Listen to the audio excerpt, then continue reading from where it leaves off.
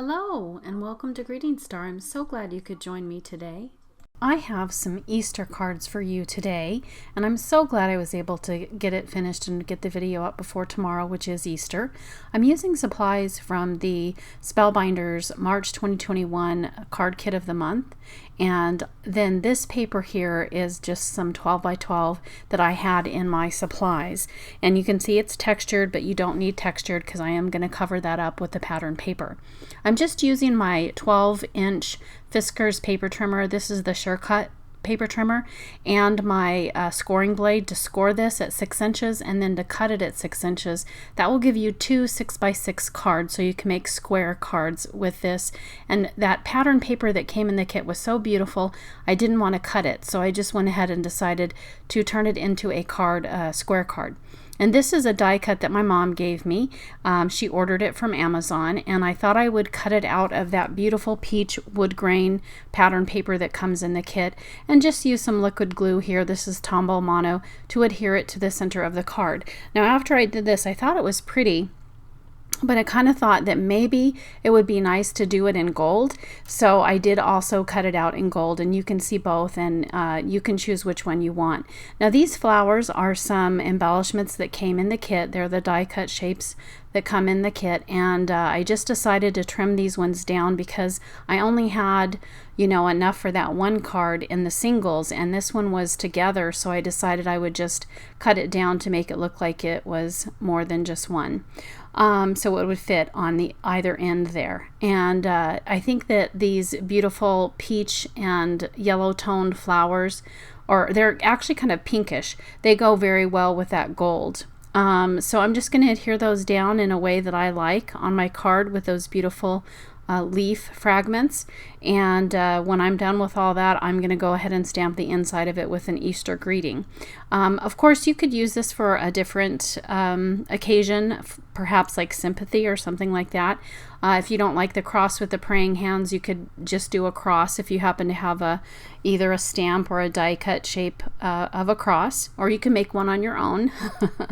Us crafty people can come up with lots of great ideas. And I'm just putting these on here to make it look nice according to the way that it looks good to my eye. And you can do the same with whatever supplies you have. Now I hope that if you don't have these supplies, I am going to show you some other alternatives you can do at the end of the video. So stay tuned in case you'd like to make something like this, but you don't have these exact supplies like that pretty pattern paper there. If you don't happen to have that, I'm going to give you some alternatives. So stay tuned at the end of the video. You'll see that. Okay, so these flowers are taking a little bit longer to get down.